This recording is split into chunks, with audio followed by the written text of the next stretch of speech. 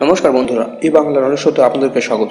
বন্ধুরা, ইসরায়েল ইরানের মধ্যে যুদ্ধে আমেরিকা নিজেদেরকে জড়িয়ে এই যুদ্ধটিকে এমন পর্যায়ে নিয়ে গেছে যে যুদ্ধটি ধীরে ধীরে পুরো আরব দুনিয়া সহ মিডল ইস্টে ভয়ঙ্করভাবে ছড়িয়ে পড়ছে শুধুমাত্র আমেরিকার অপদার্থ রাষ্ট্রপতি ডোনাল্ড ট্রাম্পের কারণে। আর ডোনাল্ড ট্রাম্পের অপদার্থ কার্যকলাপ, যেমন সিজফায়ারের নামে ইরানের সমস্ত শর্ত মেনে নিয়ে সারেন্ডার করার ফলে ইরান এতটা অ্যাগ্রেসিভ হয়ে উঠেছে যে এই দেশটি আমেরিকাকে কাছে না পেয়ে আরব দেশগুলিতে অবস্থিত সমস্ত আমেরিকান মিলিটারি বেসগুলি সহ রেসিডেন্সিয়াল বিল্ডিংগুলির ওপর ভয়ঙ্করভাবে হামলা শুরু করে দিয়েছে।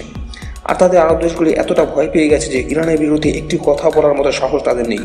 ইরান এই সময় আরব দেশগুলিতে, বিশেষ করে বাহরিন, কুয়েতে ড্রোন, মিসাইল এবং আরও অন্যান্য নতুন ধরনের শক্তিশালী যুদ্ধাস্ত্র দিয়ে লাগাতার অ্যাটাক করে চলেছে। আর তাতে এই দেশগুলির সাধারণ মানুষের দুর্দশা ক্রমশ বেড়েই চলেছে। সমস্ত ঝাঁচকচকে শহরগুলির বড় বড় বিল্ডিংগুলি খুব বাজেভাবে ক্ষতিগ্রস্ত হচ্ছে। আর ইরান এবং আমেরিকার মধ্যে এই হামলা পাল্টা হামলার ঘটনাটির সূত্রপাত হয়েছে স্ট্রেট অফ হরমুজ দিয়ে যাওয়া একটি এলএনজি গ্যাসের ট্যাঙ্কারে ইরানের ড্রোন হামলার ঘটনাকে কেন্দ্র করে। এই হামলার পেছনে কারণ হিসাবে ইরান যেটি বলছে, সিজফায়ারের শর্ত অনুযায়ী আমেরিকা যেন ইরানের সিজ করে রাখা $40 বিলিয়ন দিয়ে দেয়। কিন্তু ইরানের এই হামলার পর আমেরিকান সেনা ও ফাইটার জেটের সাহায্যে ইরানের ভেতরে বিভিন্ন জায়গায় ব্যাপকভাবে এয়ার স্ট্রাইক শুরু করে দিয়েছে। ফলে ইরান এবং আমেরিকার মধ্যে যুদ্ধ খুব ভয়ঙ্কর আকার ধারণ করছে। কারণ আমেরিকা আরব দেশগুলিতে অবস্থিত মিলিটারি বেসগুলি ছাড়াও এয়ারক্রাফট ক্যারিয়ার থেকে ইরানের ওপর টোমাহক মিসাইল ফায়ার করে চলেছে। আর ডোনাল্ড ট্রাম্প ইরানকে হুমকি দিয়েছে যে ইরানকে এমনভাবে বরবাদ করে ফেলা হবে যে পুরো দেশটি নরকে পরিণত হয়ে যাবে। কিন্তু আমেরিকান হামলা ইরানের ভেতরে কতটা ক্ষতি হয়েছে তা জানা নেই। কিন্তু আরব দেশগুলির মধ্যে বাহরিনে আমেরিকান মিলিটারি বেসগুলির উপর ইরানের হামলায় যে বিপুল পরিমাণ ক্ষতি হয়েছে, তাতে ওই মিলিটারি বেসগুলির অবস্থা নরকের মতো হয়ে গেছে বলা চলে। অপারেশন সিন্দুরে ভারত পাকিস্তানের নূর খান এয়ারবেসে যে বিপুল পরিমাণ ক্ষতি করেছিল, ঠিক একইভাবে ইরান আমেরিকার এয়ারবেসগুলি বরবাদ করে দিয়েছে। কিন্তু ভারত পাকিস্তানের ভেতরে অ্যাটাক করে হেভি ড্যামেজ করবে, এটা খুব স্বাভাবিক, কারণ ভারত পাকিস্তানের তুলনায় বহুগুণ শক্তিশালী একটি দেশ। কিন্তু ইরান আমেরিকার তুলনায় মিলিটারি পাওয়ারের দিক থেকে অত্যন্ত তুচ্ছ একটি দেশ। আর তা সত্ত্বেও ইরান আমেরিকান এয়ারবেসগুলির ওপর অ্যাটাক করে যে করুণ দশা করেছে, তা সত্যি আমেরিকার জন্য একটি অত্যন্ত লজ্জার বিষয়। ঠিক তেমনই ইরানের কাছে এটি অত্যন্ত গর্বের বিষয়। আর এক্ষেত্রে অবশ্য আমেরিকার রাষ্ট্রপতি ডোনাল্ড ট্রাম্পের অপদার্থতা দায়ী।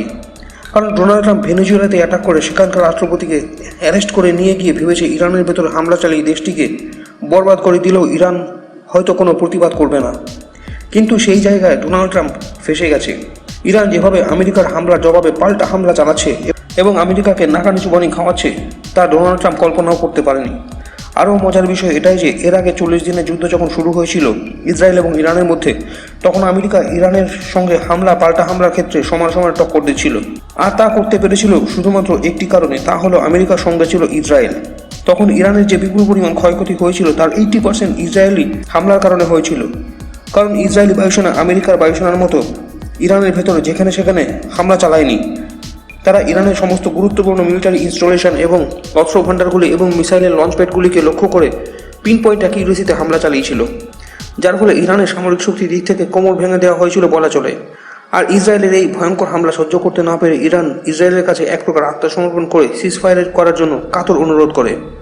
কিন্তু আমেরিকার অপদার্থ অকর্মণ্য ধূর্ত রাষ্ট্রপতি নিজে এই যুদ্ধ থামানোর ক্রেডিট নিতে গিয়ে ইসরায়েলের প্রধানমন্ত্রী বেঞ্জামিন নেতানিয়াহুকে রীতিমতো হুমকি দিতে থাকে ইরান এবং ইরানের সমর্থিত সমস্ত জঙ্গি সংগঠনগুলি যেমন হিজবুল্লাহর উপর আক্রমণ বন্ধ করার জন্য। শুধু তাই নয়, ইসরায়েলের সাথে কোনো প্রকার পরামর্শ না করেই ইরানের সমস্ত শর্ত মেনে নিয়ে একতরফা সিজফায়ার করে ফেলে।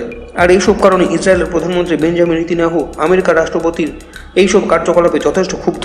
সেই জন্য ইরানের সঙ্গে আবার যখন আমেরিকা যুদ্ধ শুরু হয়ে গেল এবং ইরান বাহরিনে অবস্থিত সমস্ত আমেরিকান সেনাঘাটির ওপর ব্যাপক হামলা চালিয়ে সেনাঘাটিগুলির ব্যাপক ক্ষতি করেছে, তখন ইসরায়েল বসে বসে মজা দেখছে। আর আমেরিকার মতো একটি বিপুল পরিমাণ শক্তিধর একটি দেশ ইরানের কাছে যেভাবে মার খাচ্ছে, তা সত্যি অবাক করার মতো। আর ইরানের সঙ্গে যুদ্ধে পেরে উঠতে না পেরে আমেরিকাকে আবার ইসরায়েলের কাছে ছুটে না যেতে হয়।